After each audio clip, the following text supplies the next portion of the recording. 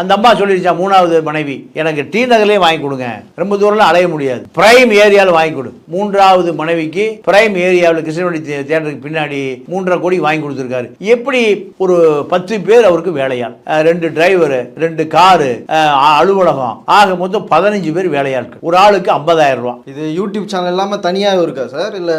இல்லைங்க, அவர் personal 2 driver 2 car, 15 × 50 மாசம் 7.5 லட்சம் ரூபா வேணும். எல்லாம் 10 லட்சம் ரூபா வேணும். 10 லட்சம் ரூபா சவுக்கு இணையத்தில் வருமானம் வருதா இப்படி ஒரு கேள்வி. இந்த 10 லட்சம் ரூபா, இந்த 3.5 கோடி ரூபா வீடு, இதெல்லாம் என்ன பின்னணி? கண்டிப்பா சட்டவிரோதமாக இந்த பணம் வந்து சேர்ந்துருக்கும். யார் கொடுத்துருப்பா? ஏதாவது ஒரு நம்மளும் பத்திரிகையில பல குப்பைகளை கூட்டிட்டு வந்திருக்கோம். யார் காசு கொடுப்பா, எதுக்கு காசு கொடுப்பான், என்ன செய்ய சொல்லுவான்? 3.5 கோடி அளவுக்கு யாரும் குப்பையை கொட்ட மாட்டாங்க. மணல் ரத்னம் கொடுத்துருக்கலாம், ராமச்சந்திரன் கொடுத்துருக்கலாம், கரிகாலம் கொடுத்துருக்கலாம்.